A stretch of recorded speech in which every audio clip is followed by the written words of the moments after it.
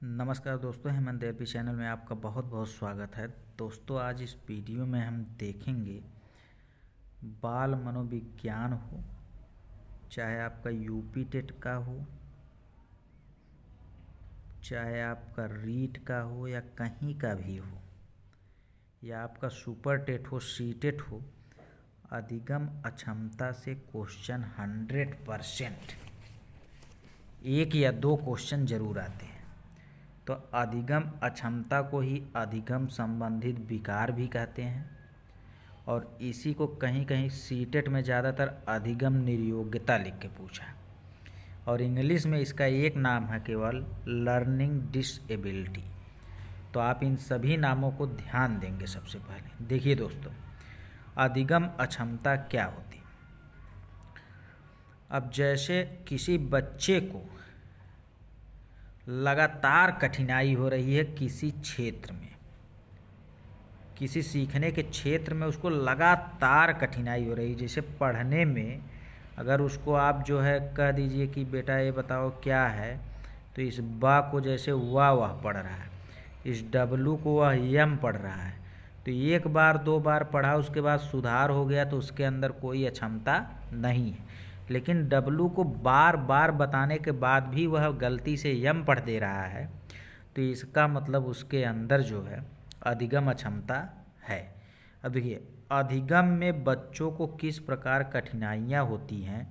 जैसे कोई बालक सीखने के क्षेत्र में पढ़ना लिखना गणना करना निरंतर रूप से समस्यात्मक है, तो उसके अंदर होगी अधिगम अक्षमता। ठीक है। अब देखिए, सबसे पहली अधिगम अक्षमता है डिसलेक्सिया। तो डिसलेक्सिया को कहते हैं पठन विकार। इस विकार से पीड़ित बालक जो है उसको पढ़ने में कठिनाई आती है। कोई भी चीज़ जैसे आपको दे दिया जाए कि बेटा बताओ ये क्या लिखा है, तो इस सा को वह वाज पढ़ देगा, उल्टा पढ़ देगा।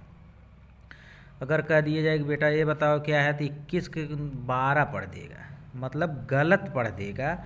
और बार बार, जैसे एक बार तो कोई भी पढ़ सकता है कि 12 भाई 21 को 12 पढ़ सकता है गलती से, लेकिन बार बार 21 को अगर 12 कोई पढ़ रहा है तो उसके अंदर है एक विकार जिसे कहते हैं डिसलेक्सिया, और इसी को कहते हैं पठन विकार। ठीक है दोस्तों। अब देखिए, अगला विकार है डिसकैलकुलिया। तो डिसकैलकुलिया में यहाँ पे कैलकुलेटर टाइप आ रहा है ना, तो कैलकुलेटर में कैलकुलेशन किया जाता है, यानी गणना किया जाता है। तो डिसकैलकुलिया जो है गणना विकार है। गणित से संबंधित सभी विकार इसके अंतर्गत आते हैं, जैसे जोड़ घटाना गुणा भाग को समझने में कठिनाई, समय बताने में कठिनाई। ठीक है। ये सब के सब जो आते हैं वो गणना विकार यानी डिसकैलकुलिया में आएंगे। अगला है डिस्ग्राफिया। तो ग्राफ पे आप क्या करते हैं, लिखते हैं। तो डिस्ग्राफिया लेखन विकार है। शब्दों विचारों को कागज में लिखने में कठिनाई, प्रभावशाली लेखन की कमी, शब्दों वर्डों को सेम उतारने में कठिनाई। यानी कोई भी चीज़ जो है अगर लिखने में बार बार समस्या आ रही है, आपका कोई इस तरीके से ना लिख के का कोई इस तरीके से बार बार लिख रहे हैं, तो आप विकार है लेखन विकार, जिसको आप मनोविज्ञान के भाषा में डिस्ग्राफिया कहेंगे। अगला है डिस्प्रैक्सिया। देखिए, प्रैक्सिया तो प्र आ रहा तो पा से पैर, और पैर से करते क्या है, चलते हैं, तो चलन विकार या शारीरिक कौशल संबंधित विकार, या आप कह सकते हैं कि फिजिकली कोई भी दिक्कत अगर आपको आ रही है तो वह होगा डिस्प्रैक्सिया। ऊपर के तीनों अगर एक साथ हों तब भी कहा जाएगा डिस्प्रैक्सिया। अत्यंत थकावट की वजह से जब पढ़न गणना और लेखन विकार ऊपर के तीनों हों तो उसे डिस्प्रैक्सिया या चलन विकार कहते हैं। इसमें दो प्रकार के विकार आएंगे, जैसे सूक्ष्म गतिक कौशल और स्थूल गतिक कौशल। लिखने पढ़ने दौड़ने कूदने चढ़ने जब सब में दिक्कत है तो वह होता है डिस्प्रैक्सिया। उसके बाद आता है हाइपोकांड्रिया। तो बीमार होने का भ्रम, बीमार नहीं है लेकिन लगता है कि हम बीमार हैं, तो हाइपोकांड्रिया बीमार। और बुलिनिया, तो देखिए बुल माने होता है साँड़, और साँड़ जब साँड़ को छोड़ दिया जाता है तो वह आपके जो है खेत में अत्यधिक खाते रहते हैं। तो बुलिमिया जो है अत्यधिक खाने का विकार है। डिमेंशिया, डिमेंशिया मतलब देखिए डीम हो जाना, आपके दिमाग का डीम हो जाना, यानी यादाश्त में कमी आ जाना, यादाश्त में समस्या आ जाना कहलाएगा डिमेंशिया। कोई भी चीज़ साफ सुथरी याद नहीं रहती है तो डिमेंशिया। अगला है अफेजिया, भाषा संप्रेषण। देखिए अफेजिया हो चाहे डिफेजिया हो, इसमें फेजिया का मतलब है बातचीत करना या संप्रेषण करना। तो यहाँ पे अफेजिया, अ माने नहीं और फेजिया माने बातचीत कर पाना, यानी सही संप्रेषण नहीं कर पाना, अर्थात भाषा संप्रेषण में कठिनाई। और डिफेजिया मतलब कुछ डी मतलब कोई बीमारी हो गई, और फेजिया मतलब बीमारी के कारण संप्रेषण में अगर कठिनाई हो रही है तो वह डिफेजिया होगा। ठीक है। अगला है डिस्थीमिया। देखिए डिस्थीमिया होता है तनाव। थीमिया का अर्थ अगर देखा जाए तो होता है तनाव।